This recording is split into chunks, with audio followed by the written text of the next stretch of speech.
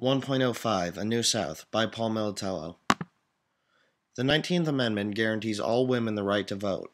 Before this amendment, women had to organize and picket to win this right.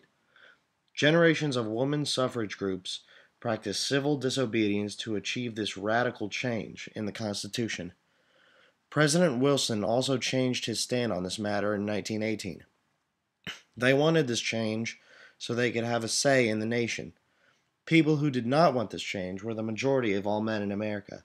They did not want such a change in their way of life and did not want to share their power.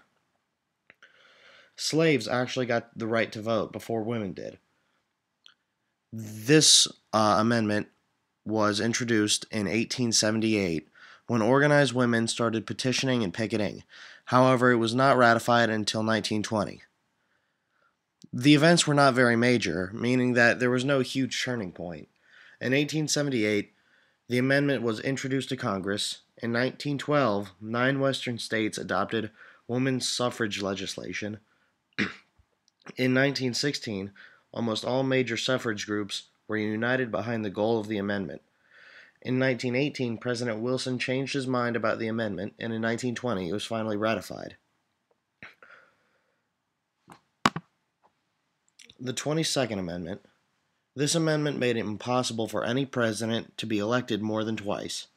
It helped citizens because some people believed that the idea of a democracy was being poisoned by presidents being in office for too long. The 2-term limit was to stop presidents from having too much power for too long and to keep a country fresh every 4 to 8 years.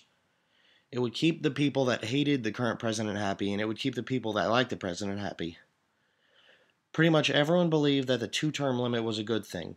They thought it was healthy to get a new start every few years. No one, at least no one with a strong political voice, thought that the 2-term limit was a bad idea. The amendment was introduced in 1947 and was ratified in 1951, just after Franklin D. Roosevelt served his 4 terms. The 2 major events were when President George Washington denied the idea to be president for life and volunteered to serve only 2 terms and retire. He set an implied rule that no president should serve for over 2 terms. The other event was when Franklin Delano Roosevelt served 4 terms and reminded everyone that there should be a rule about that sort of thing.